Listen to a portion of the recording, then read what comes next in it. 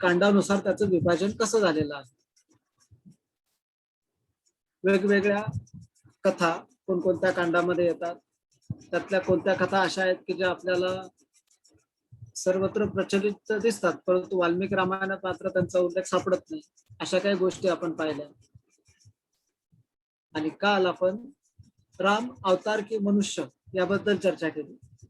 तर याच्यामध्ये सुरुवातीला अवतार म्हणजे काय या संकल्पनेबद्दल थोडक्यात आपण बोललो, आणि त्यानंतर वेगवेगळ्या पुराणांमध्ये वेगवेगळ्या ग्रंथांमध्ये किती अवतार कोणकोणत्या देवांचे सांगितलेले आहेत याचा थोडक्यात आपण आढावा घेतला. शेवटी वाल्मिकी रामायण काय म्हणतंय राम अवताराबद्दल, का त्यांना मनुष्य म्हणतंय, ह्याच्याबद्दल आपण पाहिलं. आज आपला शेवटचा दिवस आहे आणि आज आपण चर्चा करणार आहोत रामायणातून आपण काय शिकावे. कालपर्यंत आपण चर्चा करत शेवटी अशा मुद्द्यावर आलो होतो की जर का रामाला अवतार वगैरे मानून जर का त्यांना देव बनवून आपण ठेवलं तर आपली मग जिम्मेदारी थोडी कमी होते, किंवा आपल्याला एक थोडीशी पलवाट मिळते की हा ते मोठे व्यक्ती होते, आपण तसं नाही करू शकणार. पण जर आपण असं म्हटलं की रामायणातून आपल्याला काहीतरी शिकायचंय, ते आपल्यासाठी आहे, त्याच्यातून आपल्याला काहीतरी घेता आलं पाहिजे, तर मात्र काय काय घेता येण्यासारखं आहे त्याच्याबद्दल आपल्याला चर्चा करायची आहे आज. आणि आज अगदी 5-6 स्लाइड फक्त मी बनवलेल्या आहेत, बाकी सगळ्यांना मिळूनच आपल्याला चर्चा करायची आहे की आपल्याला रामायणातून काय शिकायला मिळालं. प्रत्येकाचा आपापला विचार असू शकतो, प्रत्येकाचं आपलं मत असू शकतं. छोट्या छोट्या गोष्टीपासून आपण सांगू शकतो की मला ह्या घटनेतून ही बोध मिळाला असं. तर बघूया.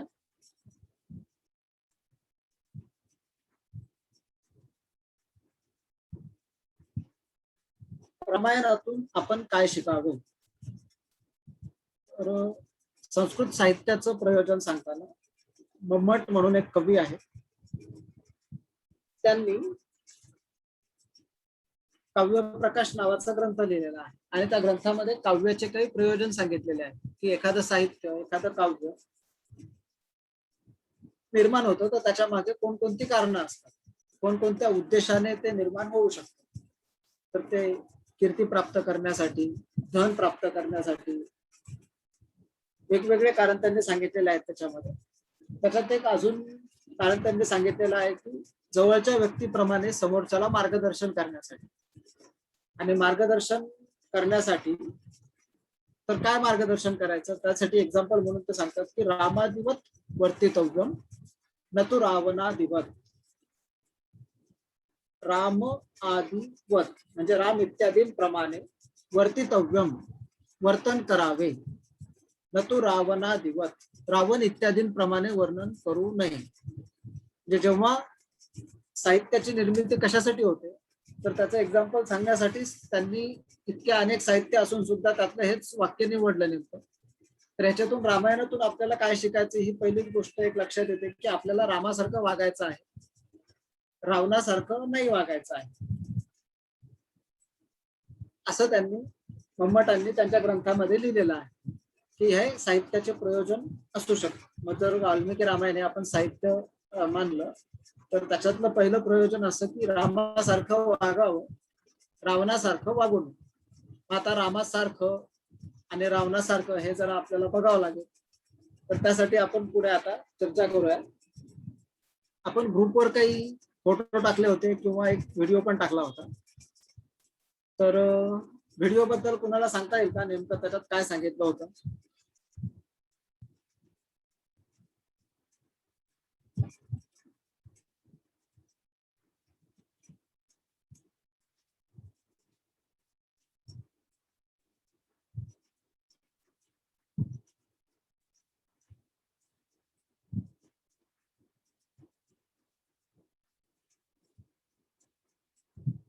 दुपारी आपल्या ग्रुपवर आपण एक व्हिडिओ टाकला होता जो आपल्या विषयाशी रिलेटेड होता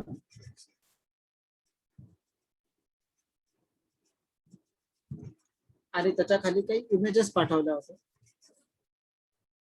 त्या पण आपल्या विषयाच्या संदर्भात होता. त्या कोणी पाहिल्या असतील तर त्याबद्दल सांगता येईल का कोणाला?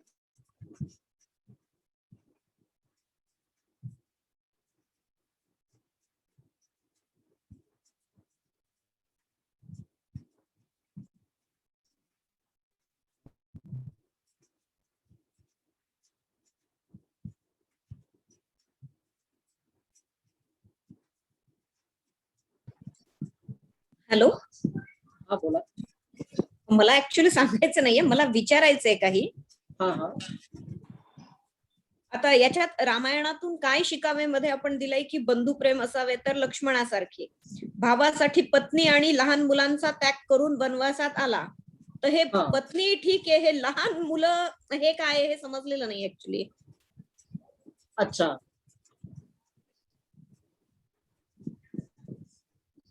बरोबर आहे. ज्यावेळेस ते वनवासात गेले त्यावेळेस त्यांना मुलगा नव्हताच, असं आहे. बरोबर.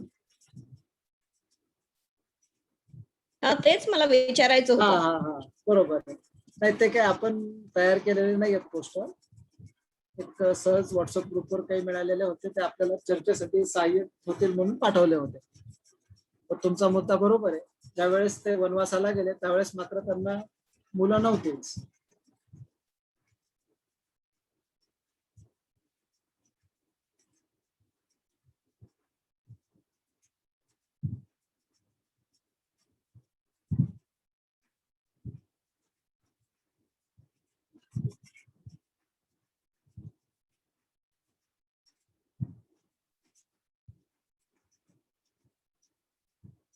तिथे आपण जो व्हिडिओ पाठवला होता त्या व्हिडिओमध्ये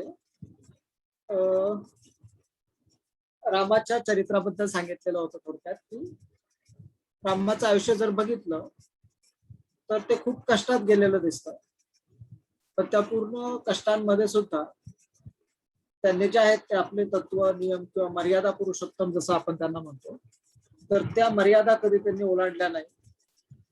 आणि म्हणून सेल्फ मॅनेजमेंट, स्वतःला किती अवघड कंडिशन मध्ये आपण असलो, किती कठीण परिस्थिती आली तरी सुद्धा स्वतःला त्याच्यामध्ये आपले जे तत्व असतील, नीतिमूल्य असतील, ते मात्र यामध्ये सोडायचे नाही. असा एक शिकवण आपल्याला रामायणाच्या चरित्रातून मिळते, असं त्या व्हिडिओमध्ये सांगितलं होतं. त्यामध्ये त्यांनी बरेच उदाहरणं दिले की आज असं कळलं की उद्या राज्याभिषेक होणार आहे आणि राज्याभिषेकाच्या दिवशीच घर सोडून निघून जावं लागलं, अरण्यात जावं लागलं, तिथे कितीतरी वर्ष राहावं लागलं.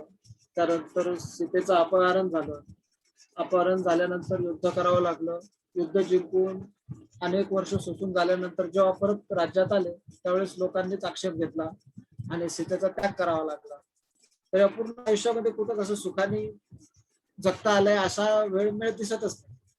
पण या सगळ्या कंडिशन मध्ये सुद्धा स्वतःचे तत्व, नियम, नीतिमूल्य सांभाळून आणि कुठेच डिस्टर्ब न होता कसं वागायचं हे त्यांच्या चरित्रातून आपल्याला शिकायला मिळतं, असं त्या व्हिडिओमध्ये सांगितलं होतं. त्याच्यानंतर संस्कृतमध्ये काही श्लोक आढळतात आपल्याला की जे रामायणातून काय शिकावं याच्याबद्दल चर्चा करतात. तसाच एक श्लोक आहे प्रसिद्ध रामायणाबद्दलचा, की त्यातली शेवटची जी ओळ आहे, क्रिया सिद्धी ही सत्वे भवती महताम न उपकरणे. क्रिया सिद्धी म्हणजे क्रियेचे जे यश आहे ते महताम मोठ्या मनुष्यांच्या म्हणजे महापुरुषांच्या, सत्वे भवती त्यांच्या शक्तीमध्ये असतं, न उपकरणे साहित्यामध्ये म्हणजे साधन जे वापरतो आपण त्याच्यामध्ये नसतं.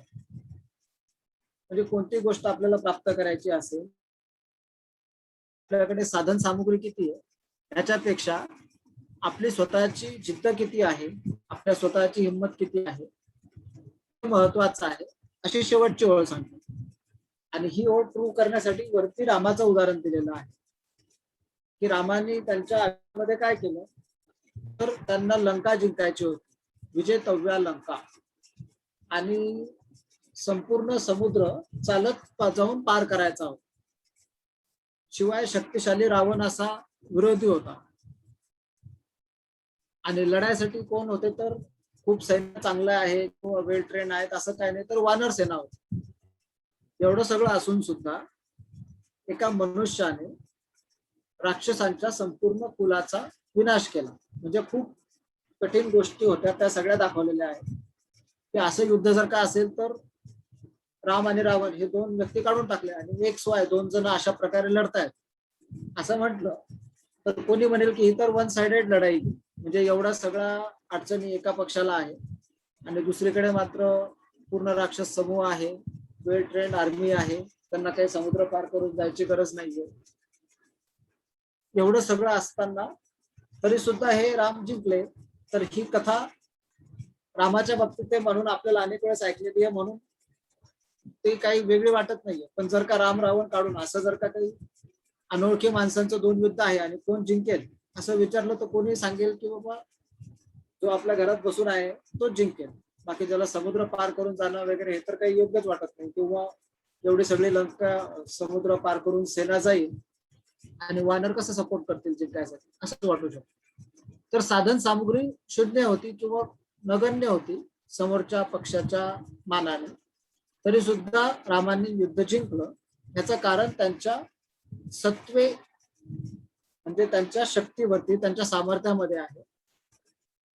तर ह्याच्यातून आपण असं शिकू शकतो, असं त्यांना सांगायचंय की क्रियेचं जे यश आहे ते आपल्या शक्तीवरती, सामर्थ्यावरती डिपेंड असतं, साधनांवरती नाही.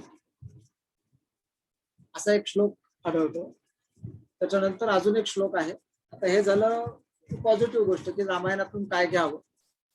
एक असाच दुसरा श्लोक आहे ज्याच्यात सांगितलेलं आहे की असंभवम हेम मृगस्य जन्म. एखाद्या सोनेरी हरणाचा जन्म होईल हे तर अशक्य गोष्ट आहे. म्हणजे हे वनवासात असतानाच्या गोष्टीचं वर्णन, म्हणजे त्या गोष्टीचा उल्लेख घेऊन केलेला श्लोक आहे की एक सोनेरी हरिण दिसतं सीतेला आणि मग सीता सांगते की मला ते हरिण हवं आहे आणि राम मग ते हरिण प्राप्त करण्यासाठी जातात. तर ह्या कंडिशन मध्ये असं म्हणायचं यांना की जी सीता वनवासाला येताना सगळे दागदागिने अलंकार सगळं सोडून आले, पूर्ण राज्य सोडून आले, त्या सीतेला अचानक सोनेरी हरणाचा मोह कस काय झाला. तर त्याबद्दल त्यांनी श्लोक लिहिलाय की असंभवम हेम मृगस्य जन्म.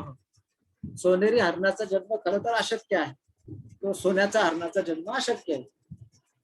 तथापि रामो दुरुभे मृगाय, तरी सुद्धा त्यांना त्या हरणाची ओढ निर्माण झाली. या घटनेवरून खाली त्यांनी एक शिकवण सांगितलेली आहे. प्रायः समापन्न विपत्ती काले. विपत्ती काळ जर का येणार असेल, समापन्न म्हणजे जवळ आलेला असेल, म्हणजे संकट जर का ओढवणार असेल, तर धियोपि पुंसाम मलिना भवंती. तर बुद्धिमान मनुष्याची बुद्धी सुद्धा कलुषित होते. श्रेष्ठ पुरुषांची बुद्धी सुद्धा कलुषित होते असं सांगितलेलं आहे. म्हणजे कठीण प्रसंग येणार असतील तर आपल्या बुद्धीवरचा समतोल जातो किंवा आपल्याला असे काही चुकीचे निर्णय आपण घेऊन बसतो, त्याच्यामुळे आपल्यावरती संकट ओढावतं. अशी एक शिकवण याच्यातून सांगितलेली आहे. असाच अजून एक श्लोक आहे ज्यात सांगितलंय की अवश्यम भावी भावाना प्रतिकारो भवेत यदी. अवश्य घडणाऱ्या घटनांचा जर का प्रतिकार करता आला असता तर तदा दुःखैर्न लिप्तेरन नल राम युधिष्ठिराहा. नलराजा राम किंवा युधिष्ठिर यासारख्या महान लोकांना त्यांच्या दुःखाचा सहन करण्याची गरज पडली नसती. म्हणजे दुःख किंवा अवश्य घडणाऱ्या घटना ह्या प्रत्येकाच्या आयुष्याचा पार्ट आहे. मोठमोठे पराक्रमी लोक, दिव्य लोक सुद्धा ह्याच्यातून वाचू शकले नाही, तर आपल्यासारख्यांना तर दुःख सहन करावं लागणारच आहे. तर ज्यावेळेस दुःख येईल त्यावेळेस हिंमत देण्यासाठी हा श्लोक आहे.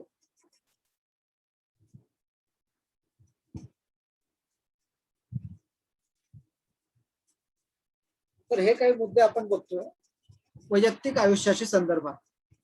म्हणजे रामायणातून काय शिकायचं, तर ह्याचे आपण वेगवेगळे ग्रुप केले. खरं वैयक्तिक आपण एक व्यक्ती म्हणून ह्याच्यातून काय शिकू शकतो त्याबद्दल हे काही 2-3 श्लोक होते की अचानक दुःख आलं तर त्याला कसं डील करायचं, किंवा साधनांवर डिपेंड न राहता आपल्या शक्तीचा वापर करून जे काय साध्य करता येईल ते करायचं. तसाच अजून एक मुद्दा रामायणातून दिसून येतो, तो असा की ज्यावेळेस कर्तव्याची गोष्ट येते त्यावेळेस भावनांना महत्व नाही दिलं पाहिजे, अशा काही प्रसंगांमधून आपल्याला दिसून येतं. जसं की एक प्रसंग आहे, ज्यावेळेस भरत अयोध्येमध्ये नव्हते त्यावेळेस राम वनवासाला निघून गेले. भरत परत आल्यानंतर त्यांना समजलं की असं असं झालेलं आहे. मग ते वापस गेले रामाला बोलवण्यासाठी. त्यावेळेस खरं तर तो भावनेचा प्रश्न होता की भाऊ स्वतः बोलवायला आलेला आहे, काही सोबत प्रजा सुद्धा आलेली होती. एवढंच नाही तर जे वसिष्ठ ऋषी होते ते सुद्धा होते, आणि सगळ्यांचं मत असं होतं की राम परत आले तरी चालते. त्यांनी वचन दिलंय ते दशरथ आता राहिले नाहीये. ज्याच्यासाठी राज्य मागितलेलं आहे तो भरत स्वतःच म्हणतोय की तुम्ही वापस या. तर एवढ्या सगळ्या प्रजेची किंवा स्वतः भरतांची सगळ्यांची इच्छा आहे, तर त्यांचं मन दुखावण्यापेक्षा आपण परत गेलेलं कधी चांगलं असं वाटू शकलं असतं, किंवा ते केलं तर योग्य झालं असतं. परंतु इथे त्यांनी लक्षात ठेवलं की आपलं कर्तव्य काय, तर वडिलांनी सांगितलेला शब्द जो आहे तो पाळणं, किंवा वडिलांचा शब्द वाया न जाऊ दे. तर एकदा आपण ठरवलंय 14 वर्ष वनवास असं आपण सांगितलंय, तर ते कर्तव्य आपण पूर्ण केलंच पाहिजे. तर ह्या विचारामधून म्हणजे इथे अन्य लोकांच्या किंवा स्वतःच्या भावना काय याच्याकडे लक्ष न देता जे काही कर्तव्य आहे ते त्यांनी पूर्ण केलं. अजून एक असा प्रसंग दिसून येतो शेवटच्या कांडामध्ये, ज्यात असं वर्णन केलेलं आहे की काल पुरुष स्वतः येतात रामांना भेटायला, आणि ते दोघं जेव्हा आतमध्ये दरबारात बोलत असतील त्यावेळेस त्यांची अशी इच्छा असते की तिसरा कोणीच व्यक्ती आतमध्ये आला नाही पाहिजे. तर लक्ष्मणाला ही मोठी जिम्मेदारी आहे म्हणून लक्ष्मणाला तिथे थांबवलं जातं. पण त्याच वेळी दुर्वास ऋषी येतात आणि ते सांगतात की मला आतमध्ये जायचं आहे रामाला भेटण्यासाठी. तर लक्ष्मण सांगतो की अशी अशी चर्चा चालू आहे आणि तुम्ही नाही जाऊ शकत. तर त्यावेळेस ते क्रोधित होतात, तुम्ही कसं काय अडवू शकता, एकतर मला आत सोडा किंवा मग मी काहीतरी शाप देईल किंवा अयोध्या नष्ट करेल.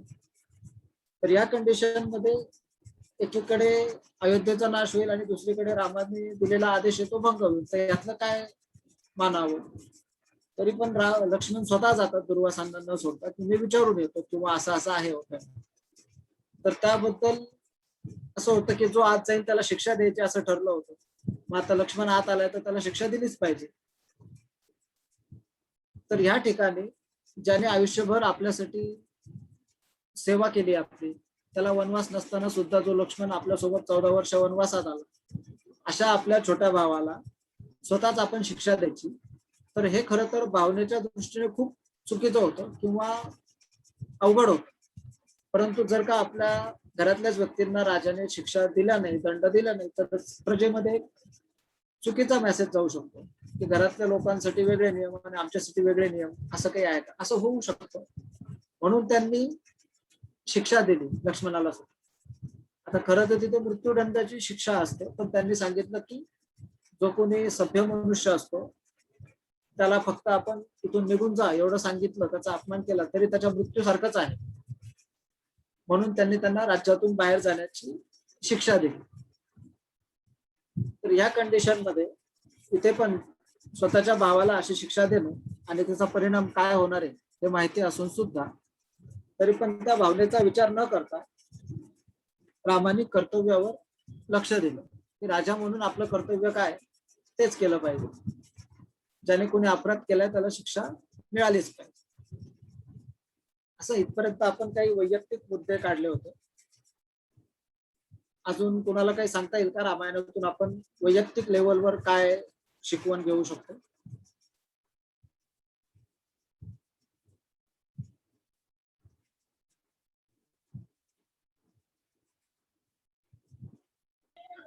जेव्हा रावणाचा वध झाला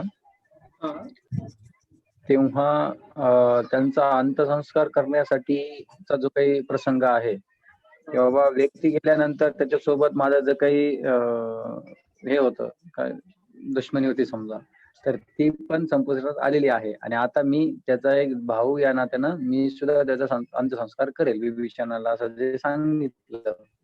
ही पण एक शिकण्यासारखी गोष्ट आहे की बाबा पिढ्यानपिढ्या जो काही आज आपल्याला वैर दिसतं, तर ते ह्या या प्रसंगातून आपण हे शिकू शकतो की असं नाही पाहिजे. म्हणजे जीवचरित्र जर बघितलं तर वैर हे व्यक्ती गेल्यानंतर संपलेलं असावं, पुढच्या पिढीत ते ट्रान्सफर नाही व्हायला पाहिजे.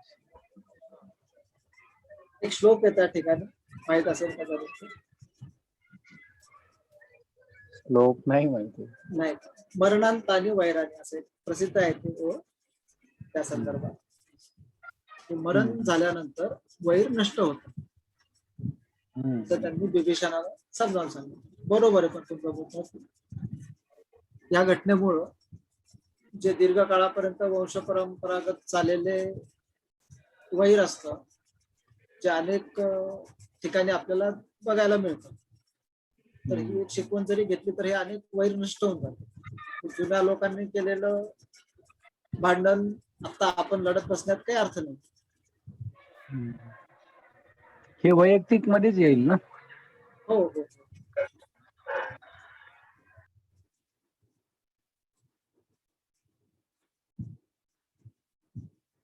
अजून कोणाला काही सांगता येईल?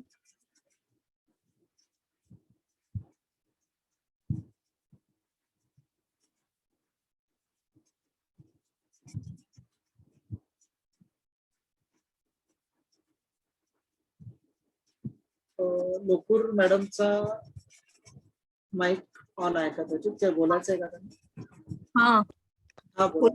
बोलू शकते का? हो हो बोला. मला म्हणजे रामायणात रामचंद्रांच्या एका गोष्टीचं खूपच अनुकरण करावं असं वाटतं की आपण म्हणतो की मंथरा आणि कैकईंच्या मुळे त्यांच्यावर खूप अन्याय झाला, तरी सुद्धा ते त्यांना भेटायला वनात गेल्यानंतर ह्या ज्या सगळ्या तिन्ही माता आहेत त्यात पहिल्यांदा ते कैकईलाच नमस्कार करतात. म्हणजे तिच्यामुळे आपल्यावरती ही परिस्थिती आलेली असून सुद्धा क्षमा करण्याची जी एक मनाचा मोठेपणा त्यांनी दाखवलेला आहे, तसा आपल्या आयुष्यामध्ये पण असे बरेचशा गोष्टी येतात आणि आपण त्या डोक्यात ठेवून घेतो की ह्यांनी मला असं केलं, त्यांनी मला तसं केलं. परंतु एवढा प्रचंड मोठा अन्याय होऊन सुद्धा रामचंद्रांच्या मनामध्ये कैकईबद्दलचं प्रेम किंवा आदर कमी झालेला नाहीये. तर आपण वैयक्तिक आयुष्यामध्ये ही घटना जास्ती लक्षात ठेवून अनुकरण करावी अशी आहे असं मला वाटतंय. हा आतिश, हा बोला. हा मला याच म्हणजे लोकूर मॅडमच्याच पॉइंटला थोडंसं पुढे घेऊन हेच सांगायचं होतं की तुमचा प्रश्न असा होता ना की रामायणातून आपल्याला म्हणजे अजून काय शिकायला भेटतं. बरोबर. आपण बघू शकतो की लोकूर मॅडमने जे सांगितलं की एवढा द्वेष म्हणजे एवढं त्यांनी वाईट काम केलंय आपल्यासमोर, आपल्याला सगळ्यांना असं माहिती आहे की कैकेयीने मंथराने असं काम करून सुद्धा त्यांचा परत त्यांनी सगळ्यांनी प्रेमाने स्वीकार केला होता आणि परत ते गुण्यागोविंदाने एकत्र राहत होते.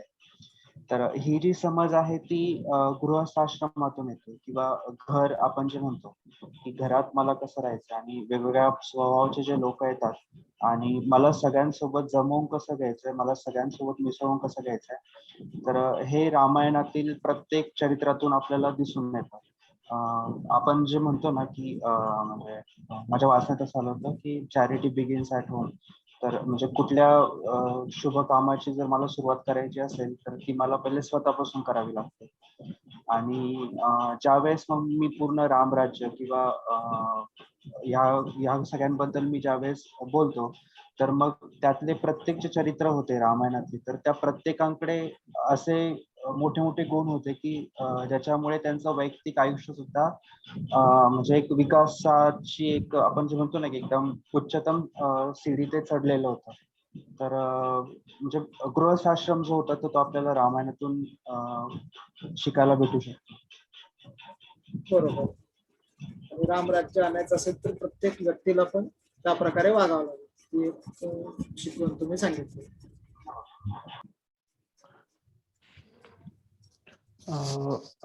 हॅलो.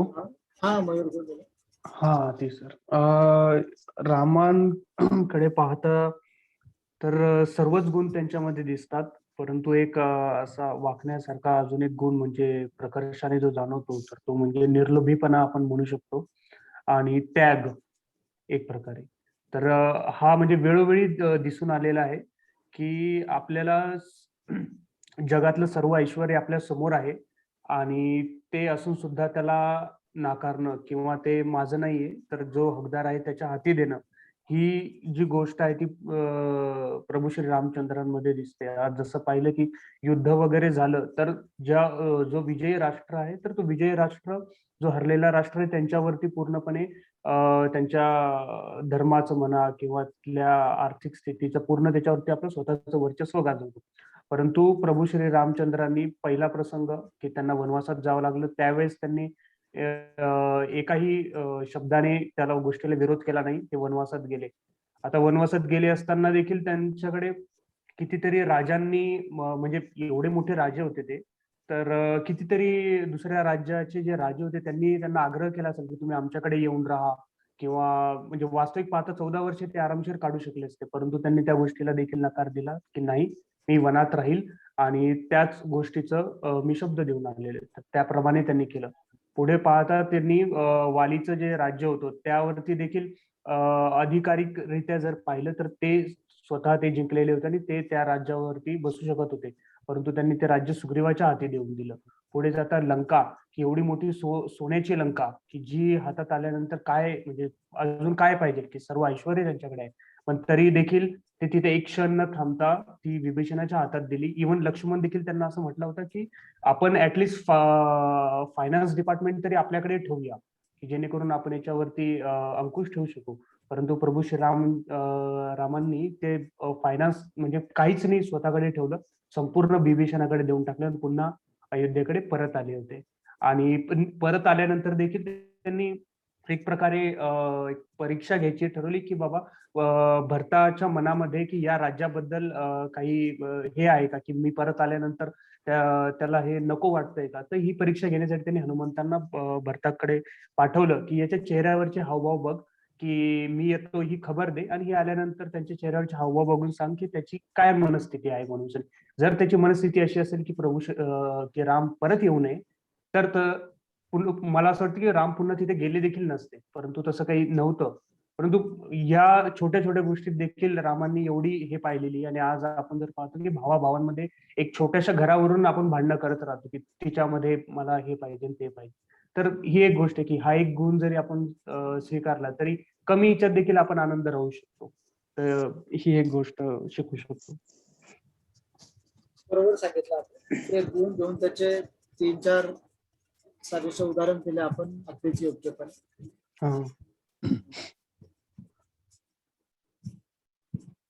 अजून कोणाला काही बोलायचं आहे याबद्दल?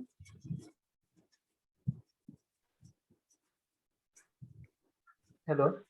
हा सर. चेतन भाऊ बोलतायत वाटतं. ठीक आहे, बोलू का मग? हा बोला.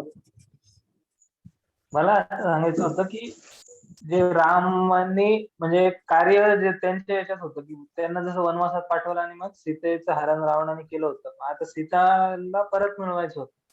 मग असं पण करू शकले असते ते की मोठ्या मोठे जे राजे आहेत त्यांची मदत घेतली असती आणि डायरेक्ट रावणावर आक्रमण करून हे केलं असतं. म्हणजे वाली झालं हे झालं, त्यांनी तर पहिले रावणाला हरवलेलं पण होतं.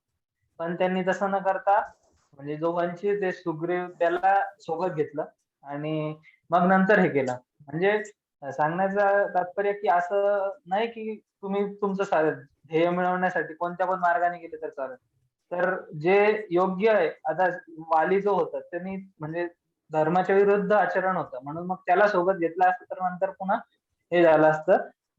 त्यामुळे त्यांनी सुग्रीवाला सोबत घेतलं, नंतर वानरसेनेला सोबत घेतलं. कठीण रस्ता होता पण तरी तो रस्ता पण योग्य निवडला. नाही तर आपण म्हणतो की रस्ता कोणताही असला तर चालेल पण ध्येय भेटलं पाहिजे.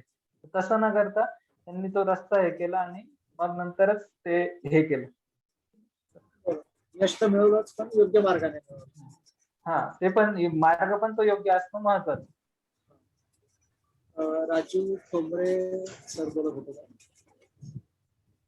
हा, मी बोलतोय. नेटचा थोडा प्रॉब्लेम होता म्हणून. अच्छा.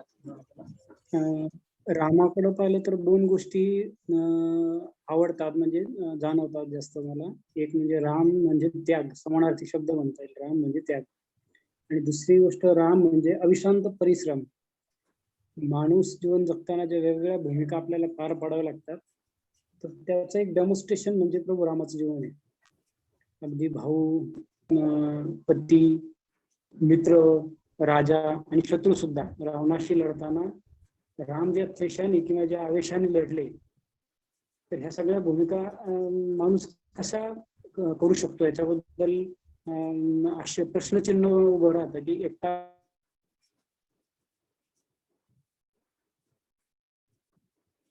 तुमची रेंज किती आहे बहुतेक काय? आवाज येत नाही.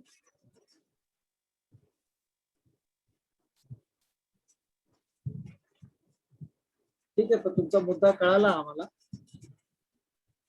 दोन गोष्टी सांगितल्यात आपण की अविश्रांत परिश्रम आणि त्याग. अजून बोलायचंय कोणाला? बोलू? हा बोला. मला रामायणातला आणखीन एक अतिशय म्हणजे आत्ताच्या सध्याच्या सगळ्या सामाजिक परिस्थिती बघून एक अजब अशी गोष्ट वाटते की म्हणजे राम आणि लक्ष्मण ह्यांना तयार करण्यासाठी वसिष्ठ ऋषी आणि विश्वामित्रांनी केलेली युती, म्हणजे त्यांच्यातल्या वैयक्तिक सगळ्या गोष्टी सोडून समाजासाठी जे आवश्यक आहे किंवा समाजासाठी ज्या गोष्टींची आवश्यकता आहे ते चांगलं सगळं विश्वामित्रांनी आपल्याकडचं त्यांना दिलं आणि वसिष्ठांनी पण दिलं आजचं सोडून. म्हणजे असे गुरु त्या काळामध्ये होते की स्वतःपेक्षा आपल्या शिष्याला तयार करण्यामध्ये ते स्वतः धन्यता मानत होते आणि त्यामुळं त्या काळामध्ये समाजातल्या अशा रावणासारख्या मोठ्या मोठ्या राक्षसांचा नाश होऊ शकला असं मला वाटतं. म्हणजे त्यांनी स्वतःच्या दोघांच्या मधलं काही वैयक्तिक तिथे आड आणून दिलेलं नाही आणि वसिष्ठांना विश्वामित्रांनी घेऊन जावं या दोघांनीही यासाठी दशरथाला तयार करण्याचं काम पण वसिष्ठांनी केलं. बरोबर. मोनिका पिपलवा यांचा हात वर आहे, त्यांना बोलायचंय का? हा मला बोलायचं म्हणजे मला एक फार मोठा प्रश्न आहे. आपण जेव्हा बघतो की रामाचे दूत बनून अंगद गेलेले रावणाकडे आणि त्यांचं जे संभाषण आहे ते रावणाला त्यांनी फार म्हणजे इमोशनल स्टेट त्याची फार डाऊन झालेली त्या संभाषणानंतर. तर असं एवढी व्हॉट यू कॉल इट वफादारी वगैरे अंगदच्या मनात रामाविषयी कशी आली असणार जेव्हा स्वतःच्या वडिलांचा संहारक होता राम, तरी तर राम हे कसं अचीव करू शकले हा माझा एक फार मोठा प्रश्न आहे की ज्याला आपण मारलंय त्याच्याच परिवारातलं कोणी आपलं एवढं जबरदस्त वफादार असणं आणि बोथ वेज तो एवढा वफादार होता सुद्धा आणि त्यानंतर रामाने त्याच्यावर एवढा विश्वास सुद्धा ठेवला की जर दूत बनून जायचं असेल तर परत हनुमंताला नाही पाठवता येणार कारण एकदा ते जाऊन आलेत. आपण दरवेळेस एकाच माणसाला पाठवणं म्हणजे असं होतं की यांच्याकडे याच्यापेक्षा जास्त उपयुक्त कोणी नव्हतं तर आपण अंगदला पाठवूया आणि त्यानंतर त्यांना विश्वासही होता की नाही आताशी युद्धाची तयारी करू नका कारण अंगदला मी पाठवलंय.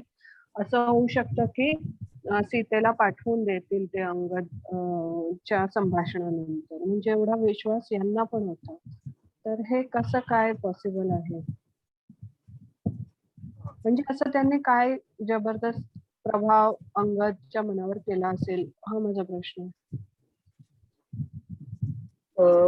मला तरी असं वाटतं यामध्ये की यांनी काही वेगळं करायची गरज पडली नसावी. आता हे पूर्णपणे मत आहे माझं की जरी त्याचे वडील होते वाली तरी सुद्धा त्यांना त्याचं आचरण माहित होत आणि राम जरी वडिलांना मारणारे असले तरी त्यांचंही आचरण त्याला माहित होतं. ते काय अशी एक दिवसात घडलेली घटना नव्हती. खरं त्यांनी युद्ध जिंकल्यानंतर सुद्धा राज्य चालवायला अंगदलाच दिलं. तर ह्याच्यातून एक प्रामाणिकपणा दिसला असेल किंवा हे माणूस चांगला आहे हे लक्षात आलं असेल. सुग्रीवावरती अन्याय झाला होता त्याचा बदला घेण्यासाठी म्हणून किंवा त्याला न्याय मिळावा म्हणून असं काही ते वागले असतील असं अंगदाने समजून घेतलं असावं.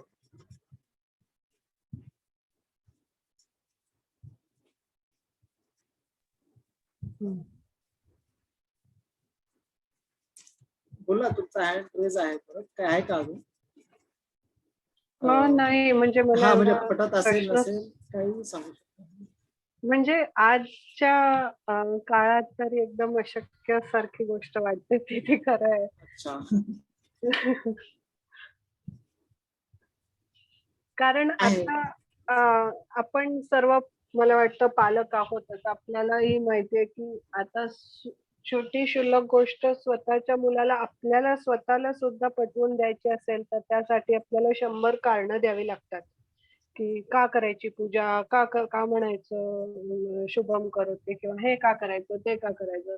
असं श्रद्धेने हल्लीची मुलं सुद्धा काही गोष्टी फक्त आईने सांगितल्या किंवा बाबांनी किंवा आपल्या कुटुंबात करतो म्हणून करत नाहीत. ते आपलं डोकं लावतातच आणि त्यांना पटल्याखेरीज ते करतच नाहीत. तर ही झाली आपल्याच कुटुंबातली गोष्ट. त्यानंतर आपल्याच वडिलांना ठार मारणाऱ्यावर एवढी श्रद्धा असणे. म्हणजे श्रद्धा हा जो एक मूलभूत गुण आहे, तो फार म्हणजे कठीणच वाटतो. आत्ता तरी. तेव्हा असेल तरी पण ही तर फारच वेगळी सिनेरिओ होतं. म्हणून ते जरा पटत. नाही पटतं खरं. डाऊट मला कशावरच नाहीये. पण मला फक्त एवढं जाणून घेण्याची जिज्ञासा आहे, की अशी माणसं कशी जिंकता येतात? त्यासाठी आपल्याला काय करावं लागतं?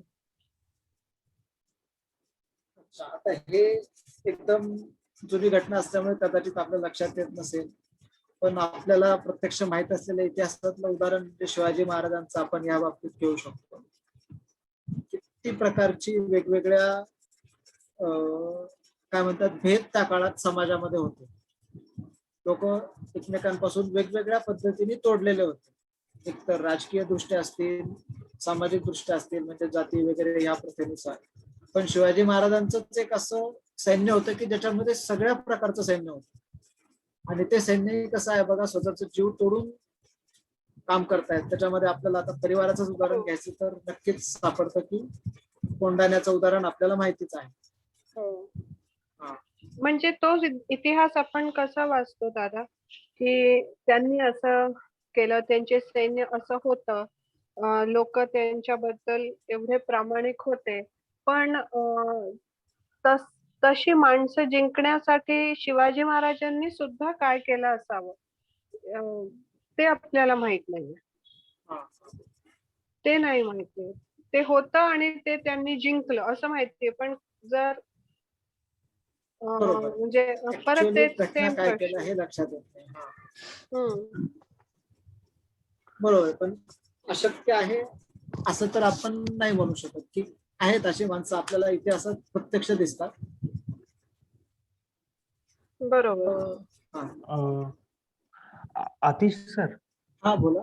हा, मला या गोष्टी मागे एक रिझन असं देखील वाटतं की ही अशी जसं तुम्ही म्हटले की ही एका दिवसात घडणारी गोष्ट नाहीये की विश्वास संपादन करणं किंवा योग्य काय किंवा अयोग्य काय या गोष्टीचा निवड ज्यावेळेस करायची असते तर त्यावेळेस सगळ्यात मोठा भाग जो असतो ना तो शिक्षणाचा असतो.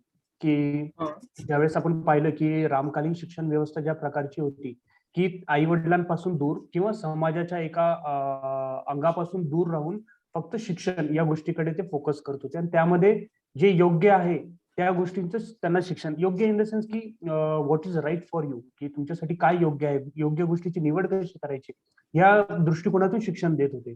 जर आपण पाहिलं तर कर वसुली रामकालीनच्या काळामध्ये कर वसुली जी होती ती स्वतःहून देत होते लोक, राईट, की त्यांना माहिती होतं की ही गोष्ट बरोबर आहे, ही आपण स्वतः दिली पाहिजे.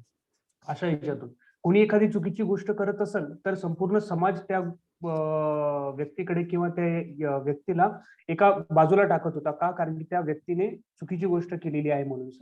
आज आपण तेच जर आपण आज पाहिलं तर एखादा जण आपलं काम करण्यासाठी जर लाचलुचपत देत असेल तर आपण ती कॉमन गोष्ट मानतो, परंतु त्या काळी ती गोष्ट कॉमन नव्हती. त्यामुळे कदाचित असं असावं की त्यांच्या विचारांमध्ये किंवा रक्तामध्ये ती गोष्ट भिनलेली असेल की भलेही त्यांना माहिती की ही गोष्ट माझे वडील किंवा हे चुकीचे तर मी त्यांना साथ नाही देणार, कारण की जे बरोबर आहे ते मेजॉरिटी वर्ग जो आहे हा योग्य काय त्या गोष्टीकडेच जास्त बघत होता. तर बहुतेक ते एक रिझन असू शकतं की सामाजिक संपूर्ण लोकांचा विचार करता जे योग्य आहे त्या साईडनेच आपण राहावं. हे मला असं वाटतं की असू शकतं रिझन.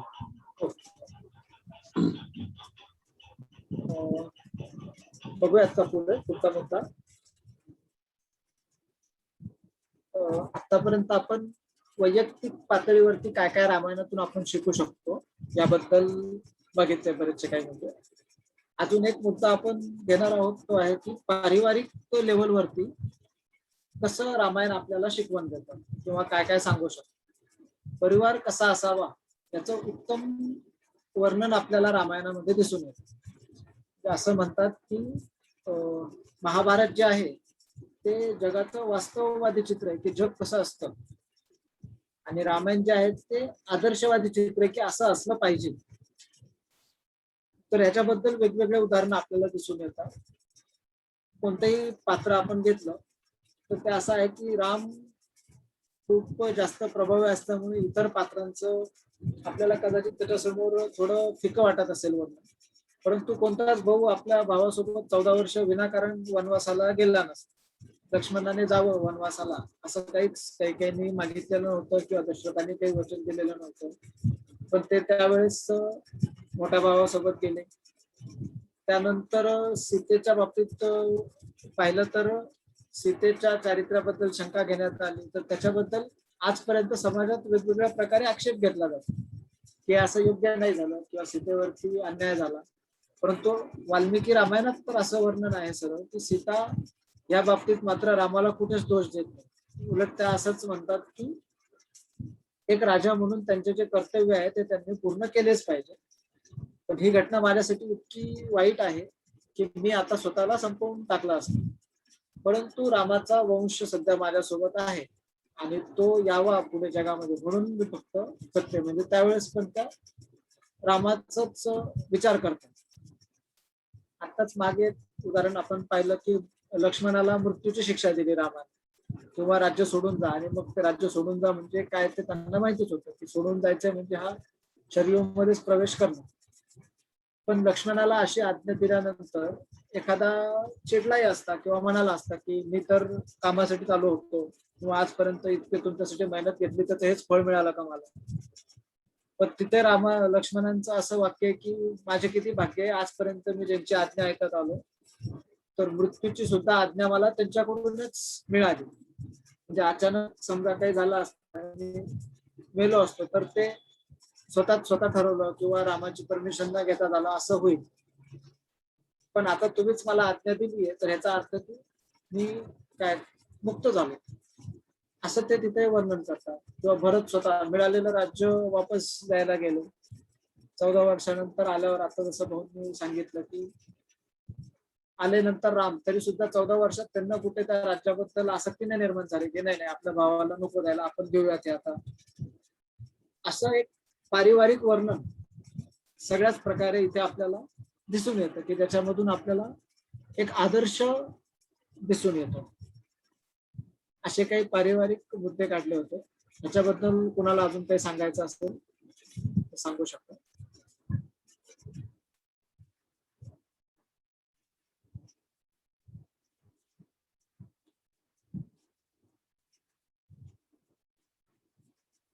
किंवा मग आपला शेवटचा मुद्दा आहे की राजकीय पातळीवरती आपल्याला रामायणातून काही बघता येईल का. तर एक लीडर कसा असावा हे आपण आधी पण 1-2 दिवसांमध्ये चर्चा केली खरं तर याच्याबद्दल. राजकीय नेता कसा असावा हे एक उदाहरण आपल्याला रामाच्या चरित्रातून दिसून येतं. सध्याच या रामनवमी निमित्तच एक सियाराम फेस्टिवल म्हणून एक कार्यक्रम असाच ऑनलाईन चालू होता आणि त्याच्यामध्ये पण वेगवेगळे मान्यवर येऊन त्यांनी वेगवेगळ्या विषयावरती चर्चा केली होती. त्यातच एका गुरूंनी काही सांगितलं होतं की 2 प्रकारे ते दिसून येतील. राम एक राजा पण आहे आणि एक परिवारातला सदस्य पण आहे. तर जेव्हा राजकीय नेता म्हणून ते आहे त्यावेळेस ते परिवाराचा विचार करतच नाहीये, तर ते जास्त करून प्रजेचा विचार करतात. आपल्याला अनेक उदाहरणामध्ये दिसून येईल. म्हणजे स्थितीचा त्याग केला त्यावेळेस प्रजेला पूर्णपणे इम्पॉर्टन्स दिला. लक्ष्मणाच्या आज्ञा दिली राज्य सोडून जाण्याची, त्याच्यामध्ये आपल्याला दिसून येतं. तर असा पॉलिटिकल लीडर असा जर का असेल तर नक्कीच प्रजा खुश राहील, की तो बाबा आपल्या परिवाराचा विचार न करता स्वतः दुःखात कष्टात राहून का व्हायचा, पण जे योग्य आहे तेच करतोय प्रजेसाठी. पण ह्याच्या दुसऱ्या बाजूला परिवारातले लोक कदाचित नाराजही होऊ शकतात, असं असेल.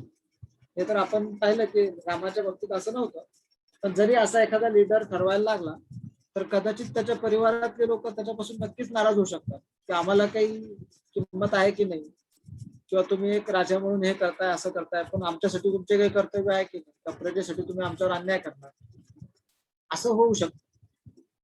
तर जेव्हा एखादा नेता, राजकीय नेता एखाद्या पदावर बसायला पुढे येतो त्यावेळेस त्याने ही तयारी ठेवली पाहिजे, की बऱ्याच वेळेस आपल्याला आपल्या जवळच्या लोकांचं नुकसान होईल असे निर्णय सुद्धा घ्यावे लागतील. पण आज मात्र आपल्याला उलट दिसून येतं की इकडं प्रजेचं काय होतं याच्याबद्दल विचार नसतो, तर आपल्या परिवाराचं किंवा आपल्या फ्लोअरमधल्या लोकांचं काय करता येईल, आपलं भलं कसं करता येईल, असे निर्णय होतात. म्हणजे सभेमध्ये किंवा मीडिया समोर वेगवेगळ्या ठिकाणी बोलायच्या गोष्टी वेगळ्या असतात, पण मेन जे निर्णय घडतात ते मात्र घरातल्या घरात 4-5 जण बसून मिळवत असतात. त्याच्यासाठी एक शब्दच आहे किचन पॉलिटिक्स म्हणून, की जे काय ठरतं ते घरातच ठरतं. प्रजेला मात्र फक्त वेगळ्या पद्धतीने काहीतरी त्याला रंगवून त्याला काहीतरी स्टोरी देऊन सांगायचं की असं असं घडलं म्हणून, किंवा ह्यामुळे हा निर्णय घेतला. पण ऍक्च्युली खरं ह्याच्या मागे काय आहे ते मात्र प्रजेसमोर येत असतं. तर असे एकदम दोन टोकाचे आपल्याला दिसून येऊ शकतात. आता ह्याच्यात परत परिवाराला महत्व द्यावं की प्रजेला द्यावं हे आपण नाही सांगू शकत. प्रजेवरती न्याय करायचा म्हणून परिवारावर अन्याय करणं हे पण कितपत योग्य आहे किंवा काय, पण प्रजेचा मात्र ह्याच्यात समाधान असेल किंवा जास्तीत जास्त लोकांचं ह्याच्यात कल्याण असेल हे मात्र आपण नक्कीच सांगू शकतो. आणि केवळ परिवाराचा विचार करणारा हा स्वार्थी आहे आणि तो राजकीय पदावर बसण्यास योग्य आहे का असाही प्रश्न निर्माण होतो. तर असे काही राजकीय गुण किंवा राजकीय मुद्दे सुद्धा आपल्याला याच्यातून दिसून येतात. अनेक गोष्टी आहेत अशा, असं सांगितलं बोलण्यात की कर ते लोक त्या काळात मनाने द्यायचे, म्हणजे हा आर्थिक मुद्दा आला.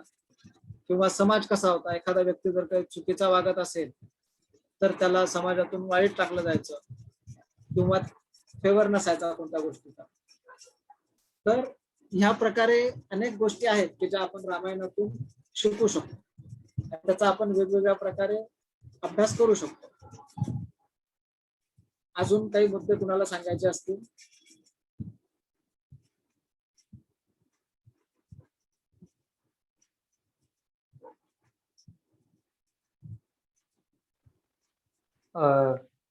बोलू का?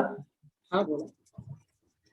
राजकीयमध्ये जर सांगायचं झालं तर एक नवीनच प्रयोग आपल्या त्या काळात झालेला दिसतो, वसिष्ठांचा स्वयंशासित समाज. की ज्यावेळेस पूर्ण जी प्रजा आहे ती स्वतःच्याच नियमाने राहत होती, स्वतःला बंधनं घालून घेतले होते, कोणता राजा नव्हता किंवा कोणता नियम नव्हता, आणि स्वतःच एकमेकांचं मिळून रक्षण पण करत होते. आणि एक उच्च प्रतीचा समाज कसा असतो किंवा एक उच्चतम जी समाज व्यवस्था आहे ती आपल्याला रामायणात बघायला मिळते. म्हणूनच आपण ते म्हणतो की we are still craving for Ram Rajya. म्हणजे त्यावेळेस जे राज्य आहे किंवा त्यावेळेसची जी उत्कृष्ट शासन पद्धती हे जे आहे ते आज पण असायला पाहिजे असं एक ते आदर्श किंवा त्या स्टँडर्डच्या नुसार आपण मोजतो. आणि दुसरी गोष्ट की हे सर्व असताना देखील ज्यावेळेस म्हणजे समजलं की आपण जरी आपल्या समूहात किंवा आपला जो प्रदेश आहे त्या ह्याच्यात जरी सर्व लोक एकत्र चांगल्याने राहत असतील, पण जोपर्यंत पूर्ण सृष्टी किंवा पूर्ण जी आजूबाजूची पण प्रदेश आहे किंवा आजूबाजूची राज्य त्या विचारांचे नसतील तर मग ते नेहमी दुसऱ्यावर आक्रमण करायला बघतील. आणि जोपर्यंत युद्ध सदृश परिस्थिती राहील तोपर्यंत कला संस्कृती यांचा काही विकास होणार नाही, स्टेबिलिटी येणार नाही. त्यामुळे मग त्यांनी वसिष्ठांनी मग निरीक्षण करून शेवटी ठरवलं की कंट्रोल्ड क्षत्रिय व्यवस्था पण आवश्यक आहे. म्हणजे एकतर पहिली गोष्ट ते एवढं मोठं फक्त काल्पनिक गप्पा नाही केला की असं होऊ शकतं म्हणून, तर तसा समाज निर्माण करून दाखवला. आणि दुसरी गोष्ट असं करून पण जेव्हा आपली चूक लक्षात आली त्यावेळेस ती मोठ्या मनाने चूक कबूल करणं ही पण खूप मोठी गोष्ट आहे ती. आणि मग नंतर क्षत्रियांची आवश्यकता पण त्यांनी दाखवली. म्हणजे राजकीय याच्यात हे दोन भारताच्या इतिहासात तरी खूप मोठं हे होऊन जातं असं वाटतं. बरोबर आहे.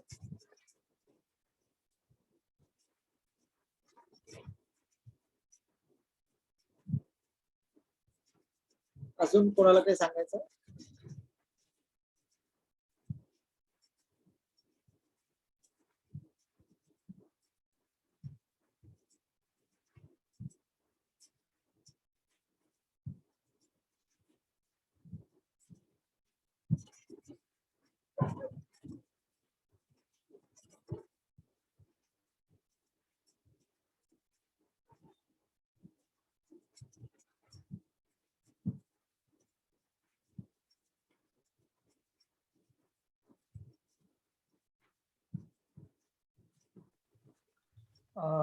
कौटुंबिक याच्यात बोलू का तू?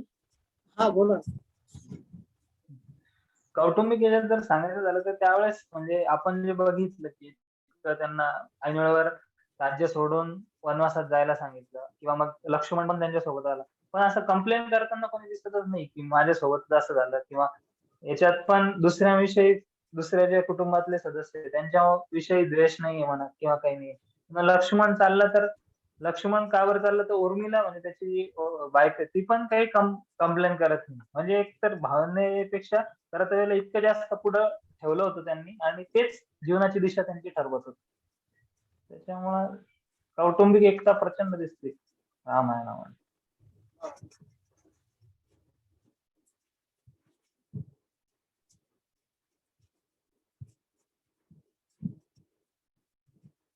आपले मुद्दे संपलेले आहेत. कोणाची अजून इच्छा असेल तर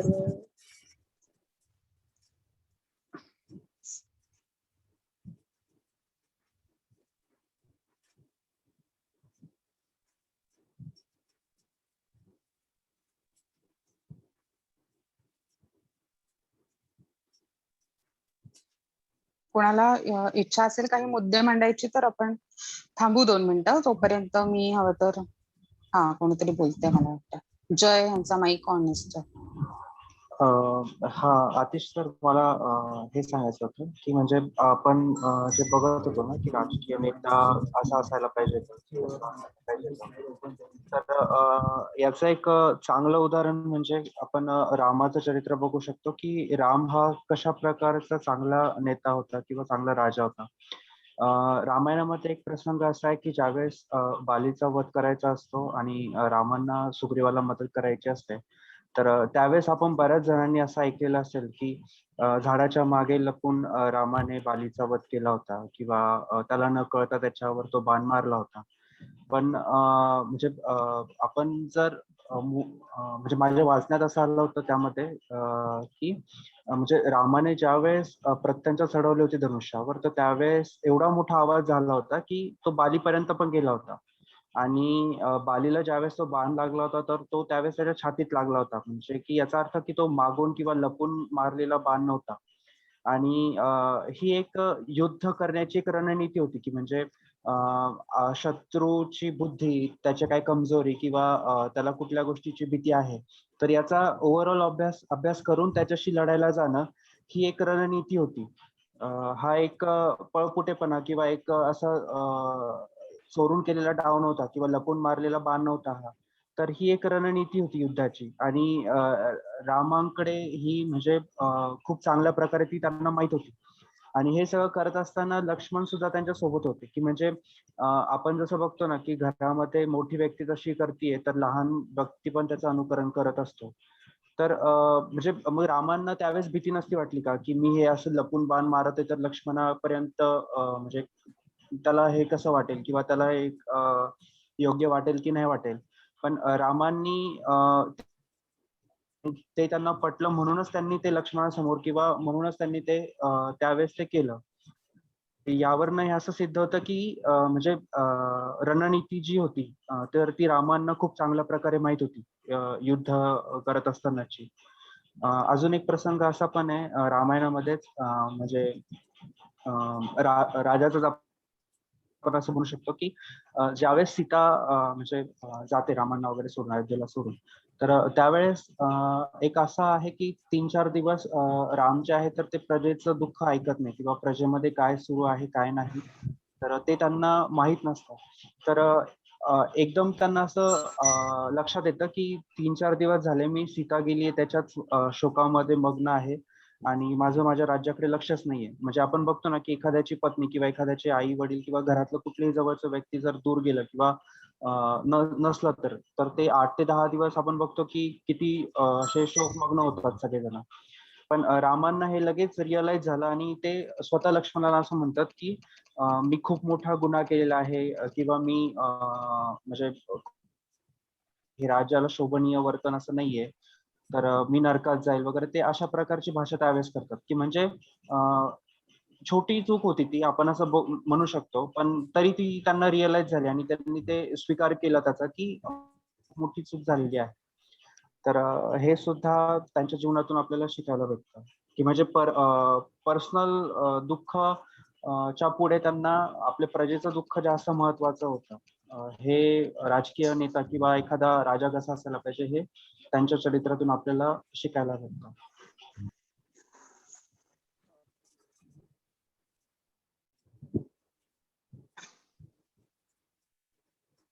नक्कीच, धन्यवाद जय सर. अजूनही कोणाला बोलायचं असेल तर बोलूयात आपण. मी तोपर्यंत आपण 4 दिवसाचं जे काही आपलं सत्र झालं ते थोडंसं पटकन एकदा रिकॅप. आपण पहिल्या दिवशी साधारण रामायणाचा जो काही सामान्य परिचय आहे त्याबद्दल बोललो. म्हणजे एकूणच रामायणाबद्दल म्हणजे वाल्मिकी रामायणाबद्दल त्याचा इतर साहित्यांवरती कसा प्रभाव पडलेला आहे ह्या सगळ्याबद्दल आपण पहिल्या दिवशी चर्चा केली होती. मग आपण दुसऱ्या दिवशी रामायणाचा सविस्तर वाल्मिकी रामायणाची रचना, त्याचा आराखडा कसा आहे, त्याचा काळ काय असेल साधारण आणि तो काळ कसा ठरवला जातो संस्कृतच्या एकूण अभ्यासामध्ये ह्याबद्दल चर्चा केली. कालही खूप सुंदर चर्चा झाली आपली. राम हे अवतार आहेत की मनुष्य आहेत, आपण काय मानायचं ह्याबद्दल. माझा आवाज येतोय सगळ्यांना व्यवस्थित? हो येतो. ओके. तर राम मनुष्य आहेत की अवतार आहेत किंवा मग प्रत्येकाचं वैयक्तिक मत काय आहे याबद्दल, वाल्मिकी रामायणात ह्याच्याबद्दल काय म्हटलेलं आहे आणि इतर अभ्यासक काय म्हणतात ह्याबद्दल काल खूप वेगवेगळ्या प्रकारची मतं आली होती आपल्या एकूण चर्चासत्रामध्ये आणि खूप सगळ्यांनी छान सहभाग घेतला होता. त्यानंतर आज आपण हा एक महत्वाचा विषय बघायचा प्रयत्न केला की आपण काय शिकायला हवं रामायणातून. म्हणजे जेव्हाही आपण ह्या काहीतरी जुन्या साहित्याचा आर्ष महाकाव्य असतील किंवा ही जी काही जुनी काव्य आहेत, जुन्या आपल्या कलाकृती आहेत त्यांचा अभ्यास करत असतो त्यावेळेला नक्कीच त्याला त्या त्या काळातलं काहीतरी एक महत्व आहे. म्हणजे आता हजारो वर्षांपूर्वी लिहिलेलं वाल्मिकी रामायण आहे, तर मग आज त्याचा काय उपयोग असा प्रश्न बऱ्याच वेळेला पडतो. म्हणजे संस्कृतच्या अभ्यासकांनाही हा प्रश्न विचारला जातो की तुम्ही इतक्या जुन्या काळातल्या कोणत्या तरी गोष्टींचा अभ्यास करता पण त्याचा आज काय उपयोग आहे. तर साधारण आज आपण त्या अंगाने चर्चा केली की काय आपल्याला वाल्मिकी रामायणातून शिकता येईल आणि आपल्या दैनंदिन आयुष्यामध्ये आपल्याला त्याचा काय उपयोग करता येईल. म्हणजे अर्थातच प्रत्येकाची श्रद्धा आहेच श्रीराम या देव म्हणून जर आपण बघितलं त्यांच्यावर तर त्याच्यानंतर रामायण कथेबद्दल आपल्या सगळ्यांनाच खूप आस्था आहे. पण फक्त भावनिक विचार न करता कुठे थोडासा आपण वैयक्तिक पातळीवर त्याचा उपयोग कुठे करता येईल असा विचार केला. तर त्याबद्दलही आज बरेच मुद्दे आपण इथे चर्चा केली त्या सगळ्याची. तर अशा प्रकारे आयोजकांना जे अपेक्षित होतं की चर्चासत्र व्हावं, कुठल्याही प्रकारची लेक्चर सिरीज होऊ नये, तर त्या सगळ्यामध्ये श्रोत्यांचा म्हणजे सहभागींचा खूप मोठा रोल असतो खरं तर.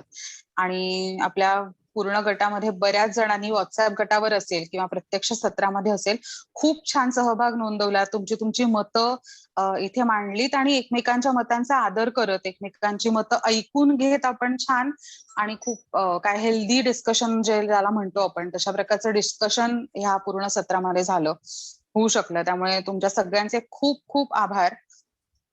इतका छान सहभाग तुम्ही सगळ्यांनी नोंदवलात त्याबद्दल. आणि एकूणच ह्या 4 दिवसांच्या सत्राबद्दल जर तुम्हाला काही तुमचं मत सांगायचं असेल, काही सूचना द्यायच्या असतील तर प्लीज आता आपण 1-2 मिनिटाचा वेळ काढूयात आणि तुम्हाला तुमचं मत व्यक्त करायचं असेल तर प्लीज आम्हाला सांगा. याशिवाय एक फीडबॅक फॉर्म आपल्या गटावर आपलं आजचं सत्र झाल्यानंतर येईल. आज किंवा उद्या सकाळपर्यंत. तर तो फीडबॅक फॉर्म मात्र नक्की भरून पाठवा आम्हाला, कारण ह्याच्या पुढे कोर्सेस घेण्यासाठी आम्हाला त्याचा खूप उपयोग होणार आहे. स्थित्यंतर टीमचा हा ऑनलाईन चर्चासत्र घेण्याचा, त्यामुळे हा पहिलाच अनुभव होता. आम्ही याच्यातनं बरंच काही शिकतो आहोत, पुढेही शिकणार आहोत. त्यामुळे तुमचा जो काही एकूण प्रतिसाद आहे, ह्या सगळ्याला अभिप्राय आहे, तो आमच्यासाठी खूप महत्वाचा आहे. त्यामुळे त्या फीडबॅक फॉर्म मध्ये तुमचं अगदी प्रामाणिक मत नक्की द्या, सूचना सुद्धा द्या, कारण तितका हक्क तुम्हाला नक्कीच आहे. स्थित्यंतर टीमच्या पहिल्या चर्चासत्राचे तुम्ही सगळे सहभागी आहात, त्यामुळे नक्कीच तो हक्क आहे तुम्हाला. तर अशा प्रकारे आमच्याकडून तरी झालेला आहे. आता तुमच्यापैकीच कुणाला काही तुमचं मत सांगायचं असेल, बोलायचं असेल तर नक्की बोला. आणि शेवटी आपण सगळ्यांनी व्हिडिओ ऑन करून आपला एक स्क्रीनशॉट घेऊयात सगळ्यांचा एकत्र, कारण व्हर्च्युअली आपण जेव्हा कनेक्टेड असतो तेव्हा आपण एकमेकांना फार ओळखतही नाही आहोत. बऱ्याच वेगवेगळ्या ठिकाणाहून आपण जॉईन झालेलो आहोत. त्यामुळे आधी आपली मतं व्यक्त करू आणि सगळ्यांचं झालं की सत्राच्या अगदी शेवटी आपण एकदा व्हिडिओ ऑन करून फोटो घेऊयात एक. मोनिका मॅम, तुम्ही काही बोलताय का? बोला. हा ताई, मला एक सजेशन असं द्यायचंय की जसं आता आपण रामाच्या चरित्रावर कॉन्सन्ट्रेट होऊन रामायणाच्या दृष्टीने सगळं चर्चा वगैरे केली, तसं आपण एकदा हनुमानाच्या चरित्रावर केंद्रित होऊन सुद्धा अशी एक चर्चा करणे फार गरजेचे आहे आजच्या काळात असं वाटतं. कारण जर एक आपण आधी एक चांगले शिष्य किंवा चांगले अनुयायी बनलो तरच पुढे आपण चांगले लीडर्स होऊ शकतो, अशी माझी धारणा आहे. त्यामुळे असं वाटतं की एकदा हनुमानाच्या चारित्र्यावर पण आपण जरा व्यवस्थित डिस्कशन एकदा असं आयोजित करता आलं तर फार बरं होईल. ओके ओके, धन्यवाद तुमच्या सजेशन बद्दल. नक्कीच आपण ह्यावर विचार करू शकतो की एखादं म्हणजे हनुमानच अगदी नाही, मग कदाचित 2 कॅरेक्टर्स किंवा असं घेऊन काही करता आलं तर थोडंसं म्हणजे रामायणाचा अजून डिटेल मध्ये जाऊन अभ्यास करायचा असेल तर आपण असं काहीतरी विचार नक्की करू शकतो. थँक्यू. थँक्यू. मी बोलतो. माझं नाव अभिजित मसनाळे आणि हे चर्चासत्र पूर्ण आम्ही पती पत्नी दोघांनी मिळून याचा आनंद घेतला. विशेष म्हणजे यावेळेस रामायणाचा इतक्या ह्याच्यात वाचून सुद्धा यावेळेस विशेष काहीतरी नवीन काहीतरी ऐकायला भेटलं, मत मांडायला भेटलं. त्यामुळे खरंच हे फार उत्कृष्टरित्या आयोजन झालेलं आहे आणि अपेक्षा अशी करतो आम्ही सत्यंतर टीम कडून की अशा पद्धतीचे चर्चासत्र हे सतत आयोजन याचं करत राहावं टीमनं, जेणेकरून आम्हाला भारतीय संस्कृती बद्दल विशेष दरवेळेस काही ना काही ऐकायला आणि जाणून घेण्यासाठी भेटेल, संधी भेटेल. धन्यवाद धन्यवाद.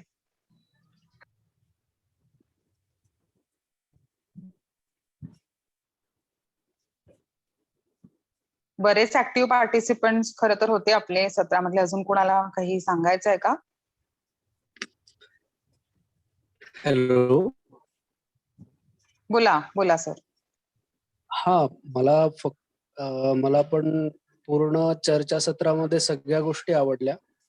फक्त पुढल्या वेळेला म्हणजे मला असं वाटतं की जर का एखादा टॉपिक असेल तर थोडं आधी वाचन पण करून येईल. म्हणजे मी तर यावेळेस वाचलेलं नव्हतं काहीच, त्याच्यामुळे ऍक्टिव्हली पार्टिसिपेशन नाही करता आला. पण पुढल्या वेळेला जेव्हा चर्चासत्र असेल तर त्यावेळेला मग आधी थोडेफार तरी मी पण रेफरन्स काढून ठेवेन, जेणेकरून मला पण त्याच्यामध्ये थोडा इंटरेस्ट येईल, अजून जास्त इंटरेस्ट येईल आणि चर्चा पण व्यवस्थित होईल.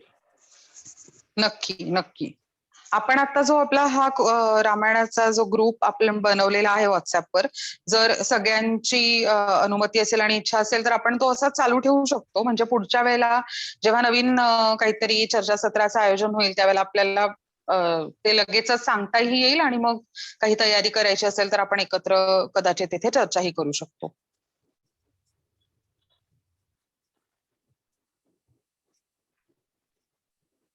चांगलं सजेशन होतं हे सुद्धा.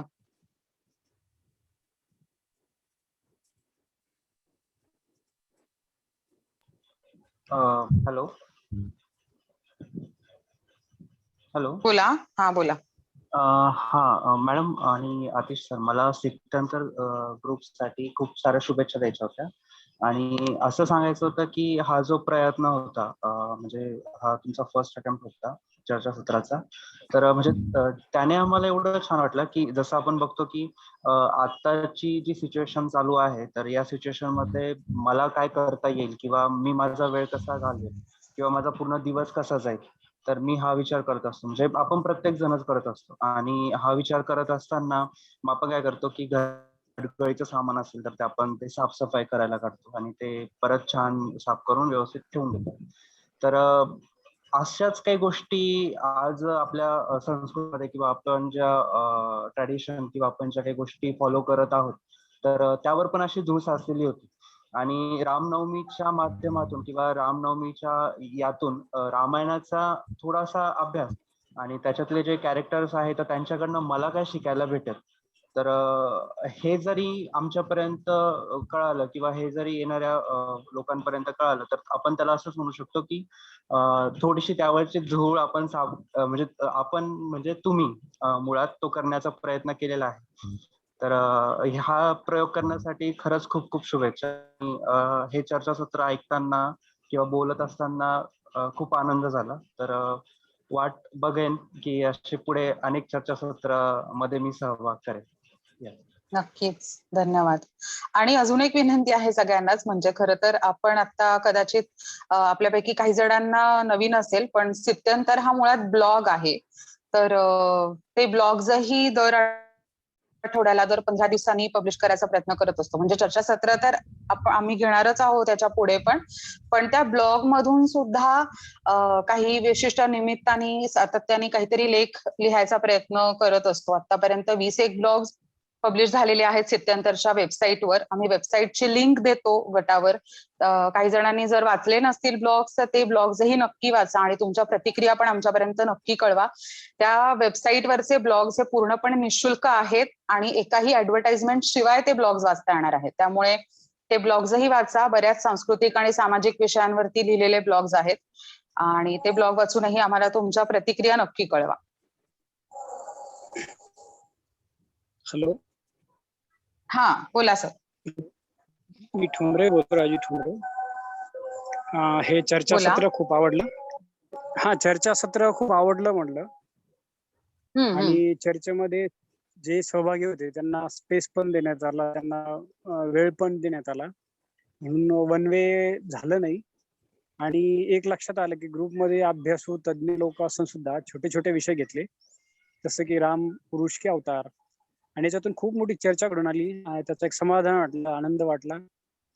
आणि आता जे तुम्ही सांगितलं की ते ब्लॉगची लिंक दिली तर आम्ही ते वाचू शकतो लेख, किंवा या बाबतीत काही रिसर्च असतील तर ते पेपर जर दिले किंवा त्या संदर्भात जर तुम्ही हे दिलं तर ते एक चांगलं वाटेल असं. नक्की नक्की देतो लिंक. थँक्यू. ओके, धन्यवाद. बोलू का मी? हो बोला. एकदम छान ऑर्गनाइज झालं, एकदम फ्लॉलेस होतं, मस्त.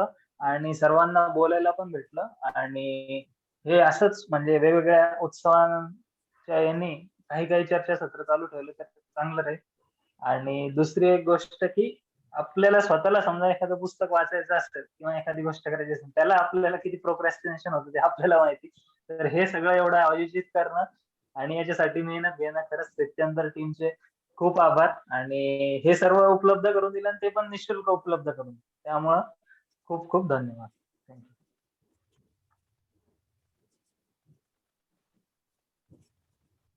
धन्यवाद. धन्यवाद. तुमचे अभिप्राय ज्यांना आता व्यक्त नाही केले त्यांनी गटावरही नक्की लिहा. स्थित्यंतरचा फेसबुक पेज आहे, इंस्टाग्राम पेज आहे, ते सुद्धा नक्की फॉलो करा आणि लाईक करा. आणि आपण आता मला वाटतं सगळ्यांनी व्हिडिओ ऑन करूयात, म्हणजे आपल्याला सगळ्यांना एक फोटो घेता येईल छान, आणि मग ग्रुपवरही पोस्ट करू तो. आपापले व्हिडिओ ऑन करता येतील मला वाटतं सगळ्यांना, तर करूया व्हिडिओ ऑन. आतिश सर, तुम्ही हे थांबवलं स्क्रीन शेअरिंग, तर सगळ्यांचे व्हिडिओ इथे दिसतील स्क्रीनवर सगळ्यांना.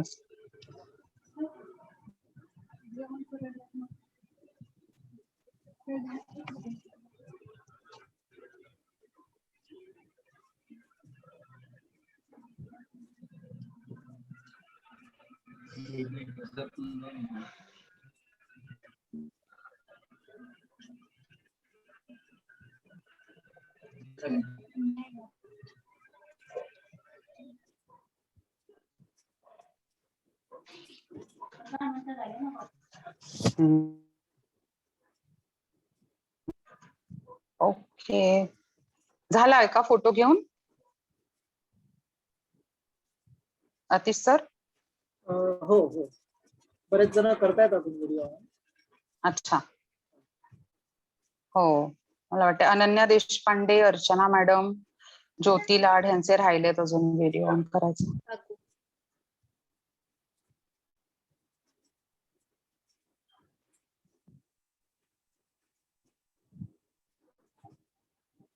ठीक आहे, झाला आहे.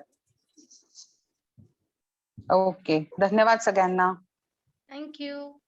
Thank you. All the best. Thank you Atish sir.